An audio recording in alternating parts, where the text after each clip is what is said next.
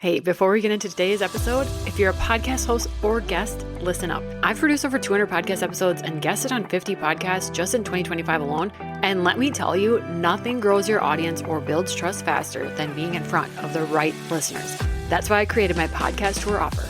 I'll help you map out your topics, strategize your message, and find you the most aligned podcasts and audiences to get you and your business in front of. So if you've ever thought, I just wish more eyes were on my work, this is your sign. Let's get you on a podcast tour. You can find all the details in the show notes. Just look for podcast tour. Now let's dive into today's episode.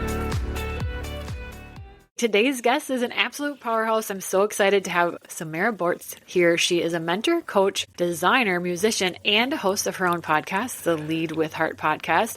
She's here to help you build a business that actually feels good. She helps creative entrepreneurs attract the most aligned clients and grow sustainably without the hustle, the shoulds, which I'm really excited to talk about that, or the pressure. Her blend of simple strategy and intuitive clarity is the kind of magic that builds real self-trust and turns your business into a life-aligned, thriving creative home. So pay attention. She's about to drop some wisdom for us. I'm pumped to have you. Welcome to the show. Oh, thanks, Candace. Thanks so much for having me. You're welcome. Diving right in, let's start with how did you become an entrepreneur? Because everybody's story is so different. Can you give us that overview of how you got here? Absolutely. My journey into entrepreneurship did not start in the online business world at all. My first business was actually an organization of choirs. I'm a musician by training. So is my husband. We met in grad school. And we started an organization of community choirs in the small town that we were living in back in 2017, pre-COVID. And this was something we were doing on the side of like full-time teaching jobs, day job. It got to the point where it had grown so much that we were both able to run this small business we were doing together, totally full-time. Until the pandemic, dun, dun, dun, which is like so many people's story, right? This unexpected COVID pivot. But as you can imagine, singing in a room full of people was just about the least pandemic-friendly activity around. So we really had to reassess what does our, business look like, work look like, all of that. During that time, I started doing a lot of designing websites, not just for our choir and for myself, but also for other small businesses, friends, family, and thought, oh, okay, this is really fun. This is scratching that itch, that love of design that I've had since I was a kid.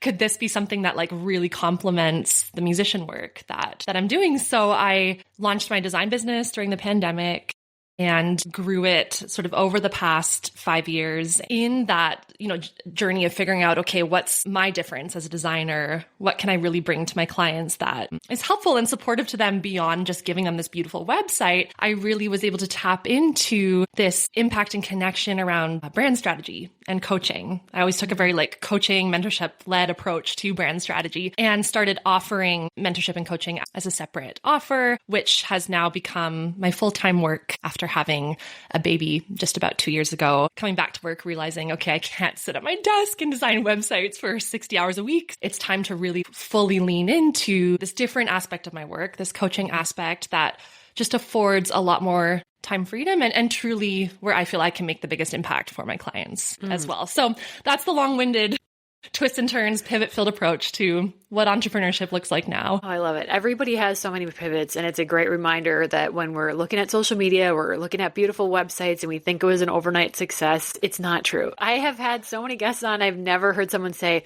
well, just one day, I was just always this. It's always been a twist and turn and stumbled and kept pivoting into alignment, more into alignment. And now here I am. Absolutely. It's one of the reasons that I really talk a lot about and believe in the importance of slow growth and allowing yourself to learn from each piece and each step along the way. Nothing rubs me more the wrong way than this idea of let's just quantum leap and collapse time from where we are now to like your next income level. It's like, no, the steps that you're taking along the way matter and they add up. So we're all for a pivot. Yes, definitely. Okay. I know that you help creative entrepreneurs. I want to first give a definition about what a creative entrepreneur is. I think that word, even for my brain, even though I know that it doesn't, it automatically makes me think of musicians, singers, which I'm not, or someone who likes to do crafts. And I do those with my kids, but I don't love to do them myself. So I don't want people to discount themselves as they're listening to this, because I know that in the entrepreneurial space, we're all creative. So can you start there and give us that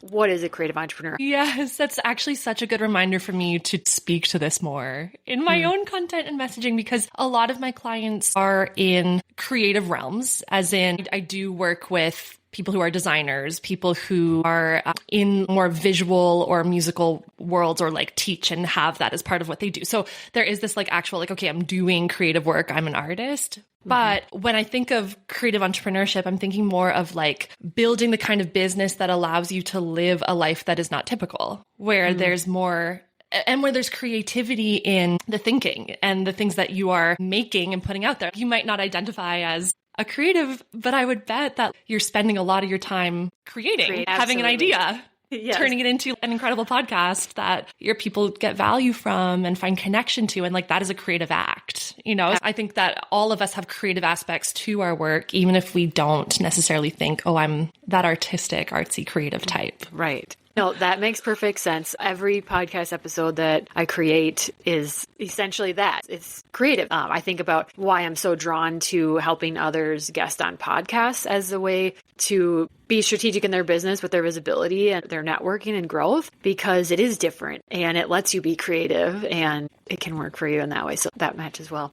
So what do you think most creatives get wrong then when they're building a business that they want to feel good with and actually grow with? Where do they go wrong? The biggest place that people go off track is looking outward for what they are modeling their business on, or how they are building their business, or the way that they're marketing their business, versus starting that process by actually deeply understanding their own values, desires, capacity, energy. It's important to have mentorship and to learn from people who come before you. I mentor people. I do that, but I'm really cautious to bring a very coaching-led approach to my mentorship that is helping clients to be able to access their own inner wisdom, voice, desires in making the decisions around, okay, what am I going to be selling? How can I best help my clients? How do I want to be showing up online in a way that's connection led? When people get to the point where they're feeling like, oh my God, I've built this business and it's way too busy. I'm run to the ground. I'm overbooked. I'm undercharging.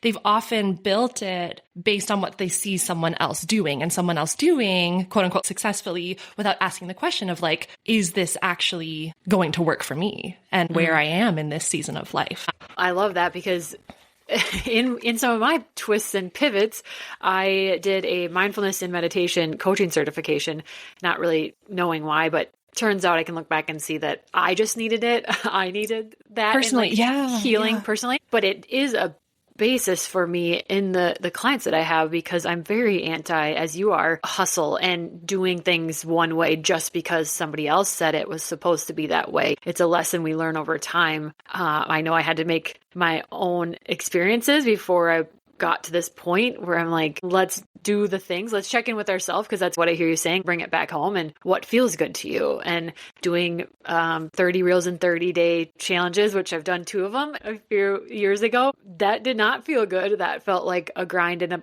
burnout and hustle. But podcasting to me as a way to be visible feels amazing. It's that trying to be considerate that it's different for everyone, because some people love making reels and I don't. So I like that you're bringing that in.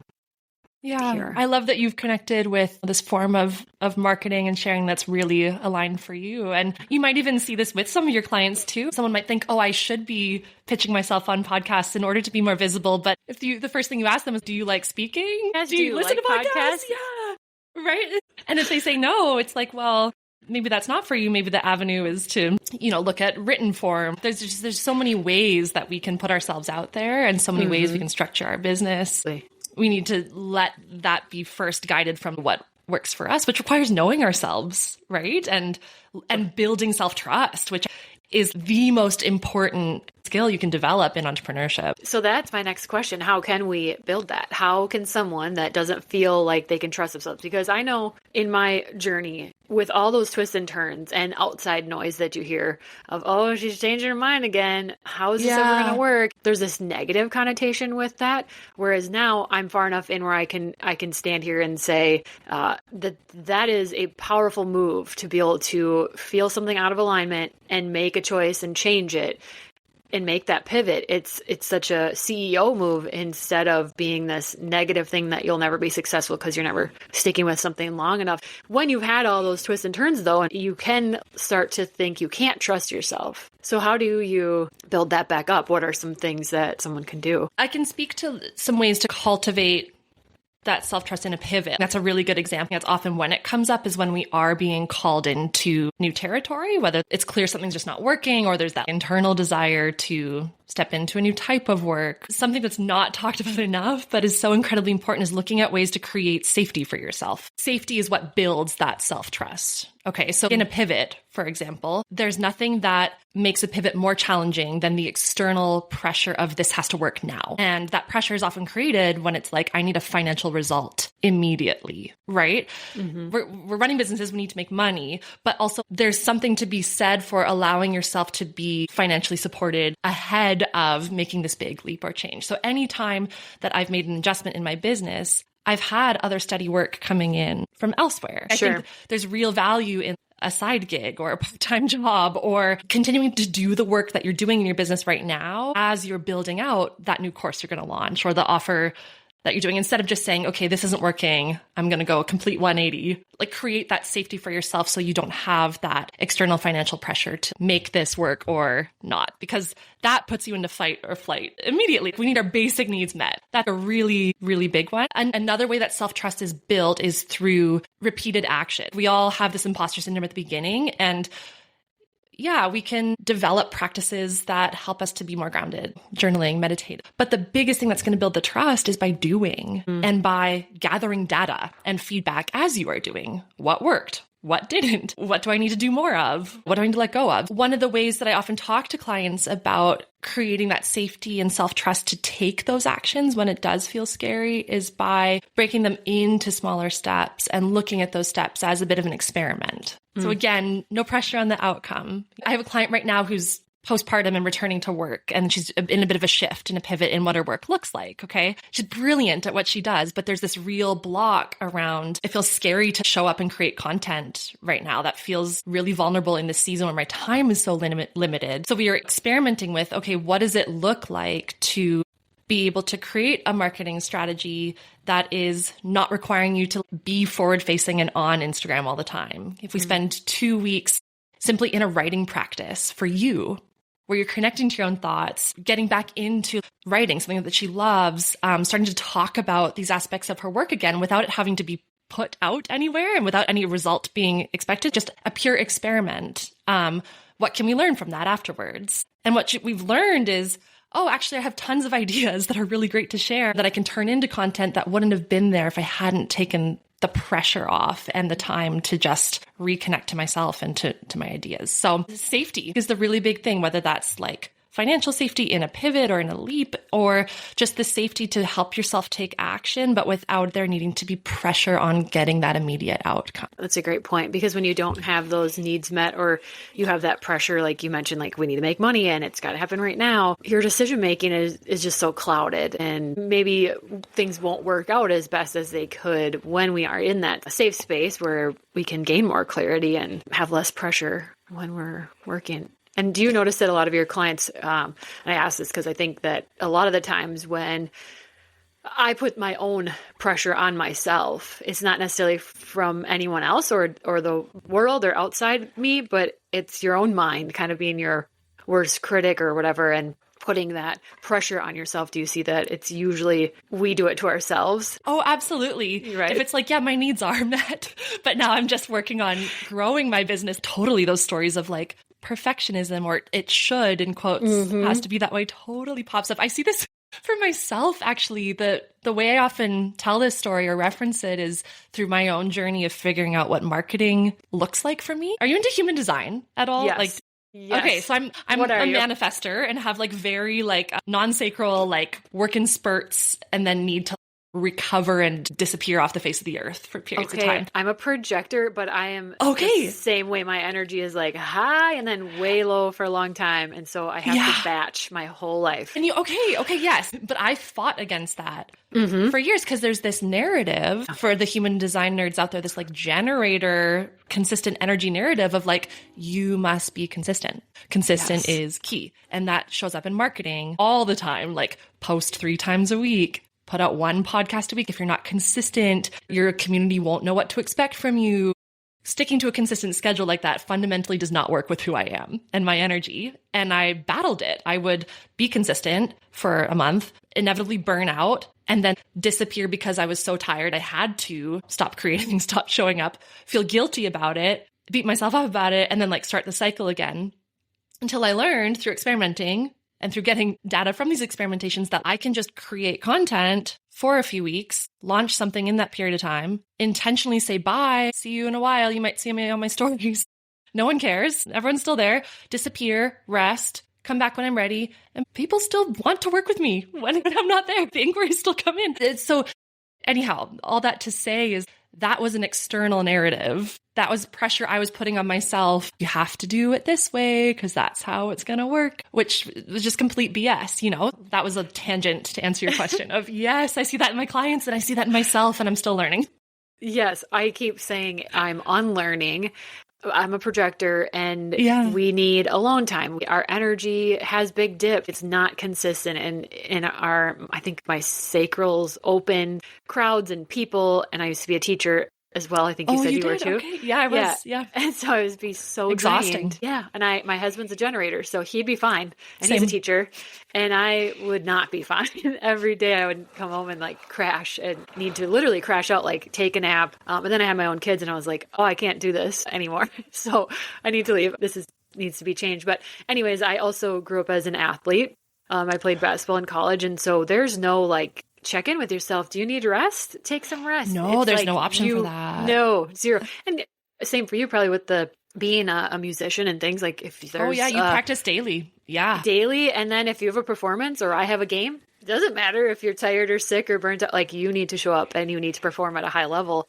So I say that I'm just unlearning constantly, like reminding myself the world is not set up to allow for what we're talking about, where we batch things or we show up here and we create our own type of consistency and take that rest when we need it. Like that's not how a 9-to-5 job system is set up by any means. And it's hard because you just kind of feel strange. So I love meeting people and finding out that you and I have that in common. So I love that. You mentioned shoulds and I love this topic. So let's just, if we can just have like a open conversation about shoulds. Tell me all of your takes on shoulds and why we do them, why we shouldn't do that to ourselves, that type of conversation. It ties into a lot of what we've been talking about already of we're so used to paying attention to things that are going on around us externally first, as opposed to thinking critically about like, does this really work for me? So the shoulds are just coming from like, oh, I see what so-and-so is doing. Therefore, I should do this too, to make it more specific. So yeah, that is sort of the root of where a lot of it comes from. I have a really great like client example of this where she sort of like lived through and worked through releasing a really specific should, was in this journey of deciding, okay, I want to move my done for you service-based business more into like the passive product-based world. I want to create my first course. Okay. I think a lot of us think if I want to scale my business, then the way to do that or the way I should do that is by thinking about ways to move from one-to-one to one-to-many, right? Right. Which is totally strategic and smart and could work, does work for a lot of people. But there's also some check-ins that are important around like, is your business ready for that? Do you have the business model to sustain that? Do you have the audience to sustain that? Do you personally have the energy? My client could tick all the strategic boxes. She was ready on paper. It made sense for her business. She's brilliant at marketing. But the piece that there wasn't enough, I guess, maybe honest reflection or check-in on was like, is this something that I energetically can and capacity-wise can sustain? She went through a launch and realized how much she hated it. Like it just wasn't for her this whole live lunch process and got to the end and was like, this just isn't worth it. Like, there's got to be another way for my business to grow. And we've worked together for years, and we were able to zoom in and really say, okay, if we are to sort of take this big shift and pivot off the table, what's next? And we're able to open a new income stream and offer stream for her that's still in the done for you world, but allows her to serve a different set of clients. So she was able to grow in this different way. But I think that's just such a good example of this idea of like, I should be doing something some way because this is where I see everyone else growing and the path that I see them following, as opposed to, I guess, knowing yourself well enough or having the courage even to be honest enough about like, is this for me? Is this for me? Even though this is what no. The words, is this really for me? Yes, that's a great example. I mean, obviously I teach on guesting on podcasts because I love that for myself. And I know that there's people out there looking for other ways to get off of social media. But then it's one of those things. I just taught a masterclass today and I had people on it. And like you said, sometimes we look at outside and you can say, oh, Candace had success with guesting on podcasts. That's what I should do. But checking in with yourself. Are you ready for that in your business? Do you actually, like you said earlier, do you like speaking? I've had someone sign up and they're like, I've never listened to a podcast. And it kind of blows my mind. Like, oh, wait, why? What? The shoulds are getting in the way for sure. And navigating us away from what feels best to us. It happens to me a lot in motherhood. I had what I feel like is an ideal childhood and my mom was home with us. So I created a lot of things of when I had kids, like, a mom should do X, Y, and Z, even though I cannot relate more. That's why I'm like, okay, nodding. For whoever's listening cannot see us, but I'm like nodding. This was my whole thing, Candace. Yes. My mom was home and like, yes, I recognize the privilege and the fortune and that. But the biggest thing I had to work through when my son was little was this, like, a good mom should be present all the time. But I wanted to work. I needed to work. I wanted to work. Yes. And that was a huge thing to untangle and release. So it can be big things, and they can also be these tiny, like, I should get straight to my desk to work in the morning because my kid's at daycare and I don't want to waste any of this time. But it's like, would you actually be able to do better work if you like sat down and actually enjoyed your coffee and read a book for a while? Like they come up in these big emotional ways, but also in these like tiny day-to-day ways as well. I love that scale that you just brought in here. When I left the classroom, it was kind of like I decided in my head, if I was going to leave, then I had to be like working nonstop when the kids were in school, when I would have been teaching. And I just created this loop of like, basically just made a roadmap for myself to get burnt out again and caught myself partway through, realizing how valuable just even, like you said, 15 minutes or the first hour of your day, just reading a book for fun, not a personal development book, or sitting down and having a coffee or going to get a coffee as a fun treat. Those things have value. And they energize me and they clear my head. Knowing that, then I should allow that into my life and I should create space for that because I know the benefit that those things have for me. But I had been in my own head of like, either I wasn't deserving of it or I couldn't until X, Y, and Z was done. So I've moved through all of that, but I can tell you firsthand, just allowing for some of that space and downtime where you maybe thought you should be working just can be so impactful. And I noticed that I can get work done so much faster and better quality too when I've allowed for a little bit of space throughout the day and week. Absolutely. You can't pour from an empty cup, right? It's so cliche, but we often forget that. That's an especially jarring transition for a lot of people who are coming from either the corporate world or, for us teaching jobs where you're out of school from 7:30 until 4:30 and you're like, well, no, never like sat down. Yeah. You can't go to the bathroom when you want to or eat when you want to.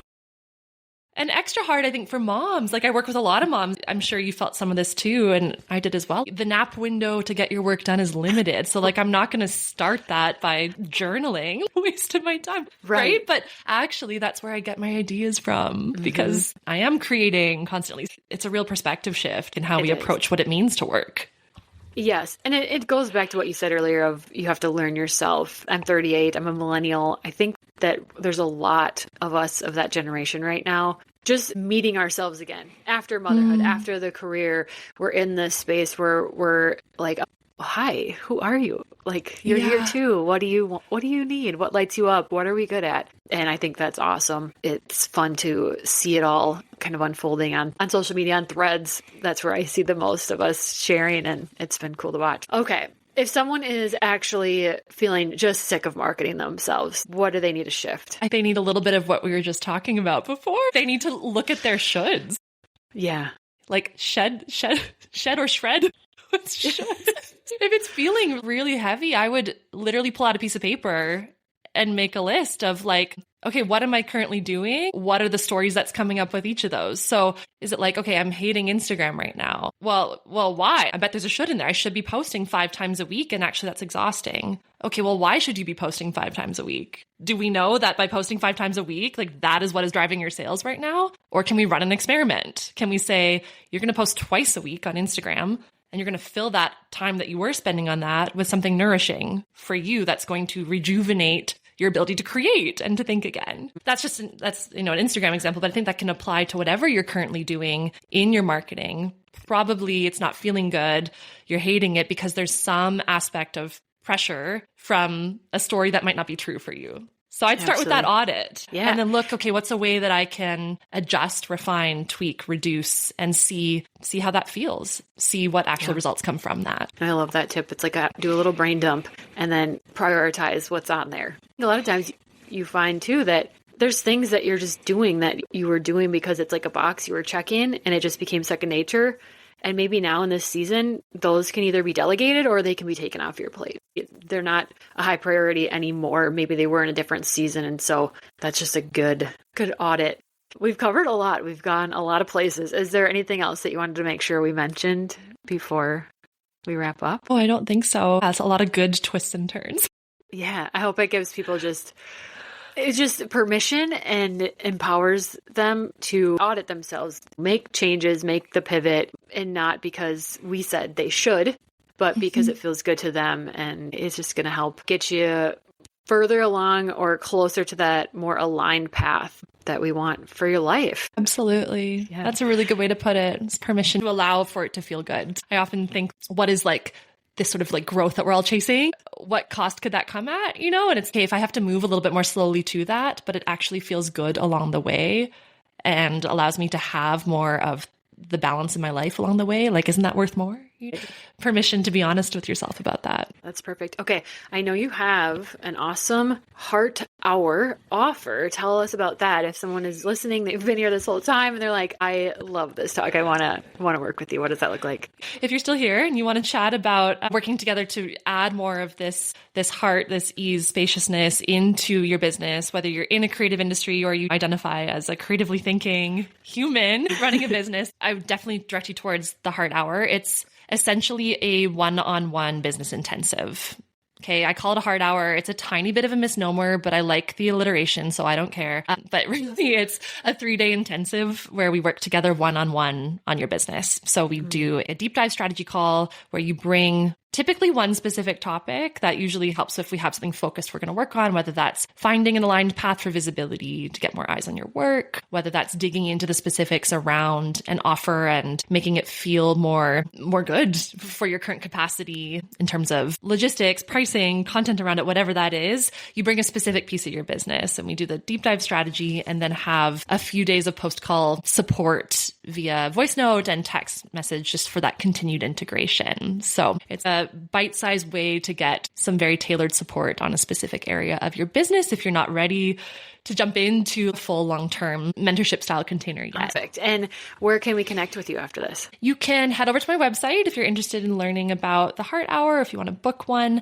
It's samarabortz.com. You can find me on Instagram. That's where I hang out the most on social media, at samara.bortz on Instagram. Perfect. I'm also on Substack and have a podcast. I for sure will put that all in the show notes. You guys can head there. Thanks so much for being on. This is great. Thanks for having me.